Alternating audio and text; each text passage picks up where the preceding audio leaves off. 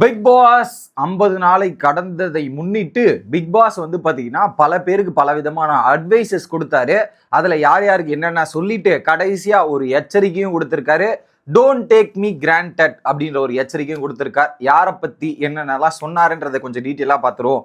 வணக்கம் மக்களே, நேஷனல் உட்ஸ்ல இருந்து உங்கள் மணிவண்ணன். சேனலுக்கு புதுசா இருந்தீங்கன்னா சப்ஸ்கிரைப் பண்ணிருங்க. வீடியோ பார்க்குற அனைவருமே மறக்காம லைக்கும் ஐப்பும் பண்ணீங்கன்னா வீடியோ பல பேருக்கு போய் சேரும். அந்த உதவியை நீங்க பண்ணீங்கன்னா எனக்கு ரொம்ப ரொம்ப யூஸ்ஃபுல்லா இருக்கும். மறந்துடாதீங்க. இப்போ கண்டென்ட்டுக்குள்ள போயிடலாம். ஸோ பிக் பாஸ் உள்ள கூப்பிட்டு பிரஜனுக்கு ஃபர்ஸ்ட் பிரஜன் வந்து தலையை இப்படி ஆட்டுங்க பிரஜன் அப்படின்ற மாதிரி சொல்லி ரிலீஃப் ஆகிட்டு கேமை விளையாட ஆரம்பிங்க அப்படின்ற மாதிரி தான் பிரஜனோட அட்வைஸ் ஆரம்பம் போதே. ஸோ தலையை ஆட்ட சொல்லிட்டு ரிலீஃப், கொஞ்சம் ஒரு ஸ்ட்ரெஸ்ட் அவுட்டா இருக்கீங்க, அதெல்லாம் இருக்காதீங்க, ரிலீஸ் பண்ணுங்க அப்படின்ற மாதிரி சொல்லிட்டு ஆரம்பிச்சார் ஃபர்ஸ்ட் பிரஜனுக்கு. ரெண்டாவது அரோரா, எழுந்திருங்க அரோரா அப்படின்னு சொல்லிட்டு இப்பதான் தெரிய ஆரம்பிச்சிருக்கீங்க, சூப்பரா பண்றீங்க. ஸோ எனர்ஜியை தாண்டி கருத்துக்கள் நல்லா முன்வைக்கிறீங்க. ஸோ கடைசி வரையும் விட்டுறாதீங்க. ஏன்னா இப்போ எனர்ஜியை தாண்டி இப்போ கருத்துக்கள்லாம் நல்லா முன்னெடுத்து வைக்கிறீங்க, பாயிண்ட் எல்லாம் அழகா பேசுறீங்க. ஸோ கடைசி வரையும் விடாமுயற்சியா இருக்கணும் அரோரா, டோன்ட் கிவ் அப் மோட்ல இருங்க அப்படின்ற ஒரு அட்வைஸ் அரோராக்கு ஒரு தேவையான அட்வைஸ் தான். ஓகே, அடுத்து எஃப்ஜே. போன வாரம் உங்ககிட்ட இருந்து ஒரு நல்ல உழைப்பை பார்த்தேன், குட் எஃபெக்ட். பெரும்பாலும் பார்த்தீங்கன்னா இன்னும் கொஞ்சம் பெட்டரா பண்ணியிருக்கலாம். ஸோ போன வாரம் நல்லா தான் இருந்துச்சு, அதுக்கும் மேலே இன்னும் கொஞ்சம் நீங்கள் பண்ணியிருந்தீங்கன்னா ரொம்ப சூப்பராக இருந்திருக்கும் அப்படின்ற மாதிரி நீங்கள் அப்பப்போ கொஞ்சம் சறுக்கிடுறீங்க. எல்லாத்தையும் நல்லா பண்ணிட்டு கொஞ்சம் சறுக்கல் இருக்கு, அந்த சறுக்கலை கொஞ்சம் மாற்றிக்கலாம். போன வாரம் உங்களுக்கு வந்து ஒரு 10க்கு 5 மதிப்பெண் கொடுக்கலாம். எப்படி 10க்கு 5 மதிப்பெண் கொடுக்கலாம். முடிஞ்சா அடுத்த வாட்டி 10 எடுக்கணும், நெக்ஸ்ட் வாட்டி 10 எடுக்கணும், அட்லீஸ்ட் 8ஆவது எடுக்கணும் எஃப்ஜே அப்படின்ற ஒரு அறிவிப்பு. ஸோ எஃப்ஜேவை பிக் பாஸுக்கு பிடிச்சிருக்குன்னு நினைக்கிறேன். அதுதான். அடுத்து திவ்யா. திவ்யா, உனக்குள்ள ஏகப்பட்ட அந்த காமெடி திறமைகள் இருக்கு, lot of fun in you. அதையும் அதெல்லாம் நான் பார்க்கணும், அதெல்லாம் கொஞ்சம் யோசிச்சு அந்த ஃபன்னை வெளியே கொண்டு வாங்க. யோசிங்க திவ்யா, யோசிங்க. வந்துட்டீங்க, அந்த வந்துட்டதுக்கு வேலையை பாருங்க, ஓப்பன் அப் ஆங்க. ஸோ இந்த கேம் ஷோக்குன்னு வந்துட்டு தான் அதுக்கான வேலையெல்லாம் நீங்க பார்க்கணும்ல, ஓப்பன் அப் ஆகுங்க திவ்யா அப்படின்ற மாதிரி திவ்யாக்கு.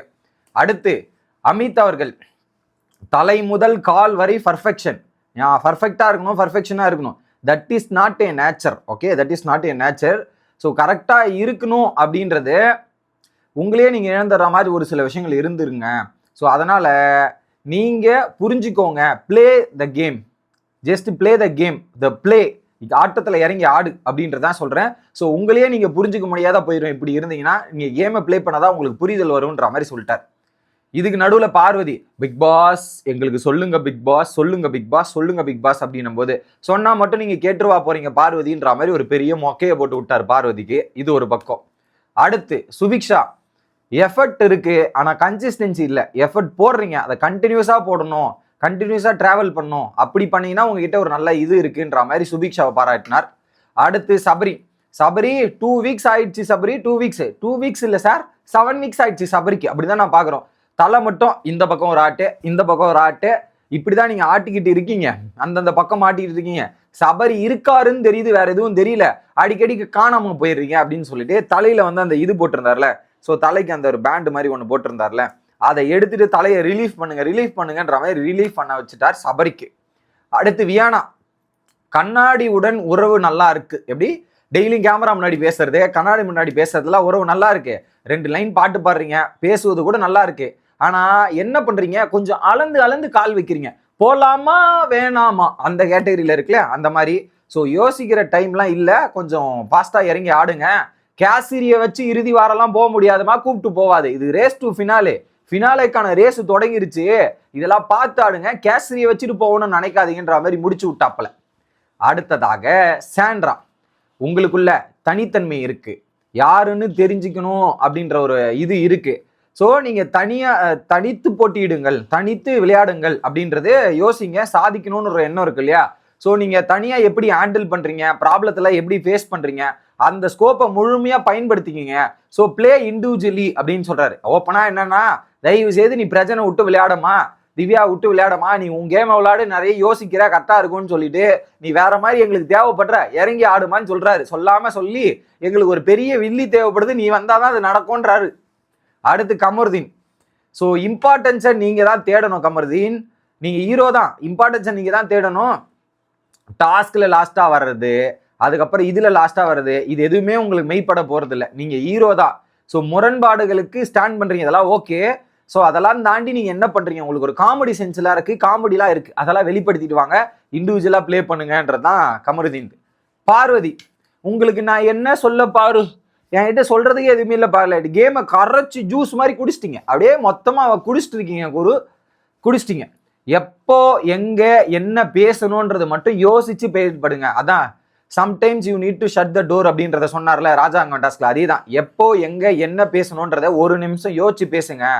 ஸோ பல இடத்துல வாழை வச்சு சண்டை போடலான்ற அவசியம் கிடையாது, வார்த்தையை வச்சும் சண்டை செய்யலாம், வார்த்தையை வச்சு சண்டையை முடிக்கலாம், இவ்வளோ டென்ஷன் ஆக வேண்டிய அவசியமே இல்லைன்ற மாதிரி சொல்லியாச்சு. அடுத்து 11வது, Vikram, stop doubting yourself. உன்னையே நீ சந்தேகப்பட்டுக்காத, தப்பா இருந்தா மக்கள் பார்த்து சொல்லுவாங்க, overthink does not work. அதிகமா திங்க் பண்ணாத, இறங்கி ஒரு ஃப்ளோல இறங்கி கேம் விளையாடு அப்படின்றத சொல்லிட்டார். அடுத்து கனி, சமையல் டிக், கருத்துக்கள் டிக்கு, அப்புறம் பார்த்தீங்கன்னா ப்ரெசன்டபிள் டிக்கு. இதெல்லாம் தாண்டி கனி யார் எனக்கு தெரில. இந்த 3 விஷயத்தை தாண்டி கனி யாருன்னு எனக்கு தெரிலங்க, ஐ டோன்ட் நோ. ஸோ எங்கேயோ இப்போ உங்களுக்குள்ள எவ்வளவோ இருக்கு, அதெல்லாம் வெளியே கொண்டு வாங்க, அதெல்லாம் வெளியே கொண்டு வச்சு வெளியே காமி உடைங்க, உங்களை பிரேக் பண்ணி பல விஷயங்களை எடுத்துட்டு வாங்க அப்படின்ற மாதிரி பிக் பாஸ் கொடுத்துருக்காரு. ஸோ கனியால் அதை பண்ண முடியும்னு நான் நினைக்கிறேன், பண்ணலாம். அடுத்து வினோத், உங்களுக்குள்ள ஒரு எக்ஸ்ட்ரானரி காமிக்ஸ் டைமிங் இருக்கு. நானே பலமுறை மைக் ஆஃப் பண்ணிட்டு சிரிச்சிருக்கேன் வினோத், அந்த அளவுக்கு சிரிச்சு என்ஜாய் பண்ணிட்டு இருக்கேன். மக்களும் பார்க்கட்டும், நான் உங்க கூடிய விரைவில் கானா வினோத்ன்ற கூப்பிடுற வார்த்தை எங்க வாயிலிருந்து வந்துடும், கூடிய விரைவில் வரப்போகுதுன்ற மாதிரி கானா வினோத்தை ரொம்ப பிக் பாஸுக்கு பிடிச்சிருச்சுன்றது மட்டும் எனக்கு கிளியரா தெரியுது. ஏன்னா இவர் போடுற கவுண்டர் நானே மைக் ஆஃப் பண்ணி சிரிக்கிறேன்றது அது ஒரு பெரிய விஷயம் மக்களே, எல்லாருக்கும் இந்த விஷயம் கிடைக்காது. ஆனா உண்மையை சொல்ல, கானா வினோத் இது யாரு, ஐயோ பேர் விட மாட்டேங்குது பட்டுன்னு, சாண்டி மாஸ்டரை விட கானா வினோத்தோட கவுண்டர் சென்ஸும் டைமிங் சென்ஸும் பயங்கரமா இருக்கு. அவரை விட பயங்கரமா கவுண்டர் போடுறாரு, எப்படி அந்த மனுஷன் போடுறாரு நம்மளே யோசிக்க வைக்குது, அந்த அளவுக்கு பயங்கரமா போடுறாரு, அது அப்ரிசியேஷன் கொடுத்தே ஆகணும். அடுத்து ரம்யா, இந்த வாரம் நல்ல தொடக்கம், நல்லா பிரசன்டபிளா இருக்கீங்க, இதெல்லாம் ஓகே. இந்த வீட்டுக்கும் மக்களுக்கும் நீங்க யாருன்னு காட்ட வேண்டிய நேரம் வந்துருச்சு ரம்யா அப்படின்ட்டு. ஸோ சலங்கையை கண்டி ஆட்டத்தை ஆட ஆரம்பிச்சிடலாமா? நீங்க எங்க வீட்டுல நீங்க நினைச்ச அந்த ஒட்டுமொத்த வீட்டையும் ஆட்டி படிக்கலாம் ரம்யா, அதுக்கான வேலையை பாருங்கன்ற மாதிரி சொல்றாரு. ஏன்னா நான் சொல்ற மக்களே, இந்த ரம்யா கிட்ட யாராலையும் மோத முடியாது. அந்த பொண்ணு பேச ஆரம்பிச்சுன்னு வச்சுங்க, கண்ட்ரோலும் பண்ண முடியாது, பக்கத்துல போய் நிக்கிறதுக்கு ஆளே கிடையாது இந்த வீட்டுல, அப்படின்றதான் யதார்த்தமான உண்மை. அடுத்து பிக் பாஸ் காமனா ஒரு அட்வைஸ் கொடுக்குறாரு. நல்லது, இந்த வீட்டுல நல்லது பண்ணாலும் சில வெளியே வந்து தப்பா தான் பார்ப்பாங்க, பிடிச்சிருக்குது, அதை பத்தி நான் இப்படிதான் நீங்க சொன்னாலும் வெளியே கெட்ட பேர் தான் கிடைக்க போகுது. எப்படி கெட்ட பேர் தான் கிடைக்க போகுது, ஓகே? அந்த கெட்ட பேர் வாங்க போறதுன்னு தெரிஞ்சுட்டு எதுக்கு ஃபீல் பண்ணோம், அப்படியே இருந்துட்டு போகும். ஸோ ஹேவ் ஃபன், நீங்க ஹாப்பியா இருக்கீங்க, சந்தோஷமா இருங்க அப்படின்ற, நீங்க உங்களை ஹாப்பியா வச்சுங்க, மற்றதெல்லாம் எல்லாமே ஹாப்பியா நடக்கும் அப்படின்றத சொல்லிட்டு அடுத்து பிக் பாஸ் என்ன சொல்றாருன்னா, ஸோ நாங்கள் உங்க கூட ஈஸியா இந்த மாதிரி பழகிறேன், நான் என்னவர்களாக தான் உங்களை பார்க்குறேன், ஆனால் என்ன டோன்ட் டேக் மீ கிராண்டட் அப்படின்றது ஒரு எச்சரிக்கை கொடுத்துட்டார். இப்படி சொன்னதுக்கு அப்புறம் அந்த நாமினேஷன் பண்றப்ப பார்வதி எல்லாம் ரெஸ்ட் ரூம் எமர்ஜென்சி போறாங்க. எமர்ஜென்சி முக்கியமா, போயிட்டு லிப்ஸ்டிக் எடுத்துட்டு வந்து இப்படி தேய்க்கிறது முக்கியமா? பிக் பாஸே காண்டாயிட்டாரு, டோன்ட் டேக் மீ கிராண்டட் நான் சொன்ன திரும்ப பண்றீங்கன்ட்டு. எதுக்கு இந்த பார்வதிக்கு இந்த வேலைன்றது எனக்கு தெரியல.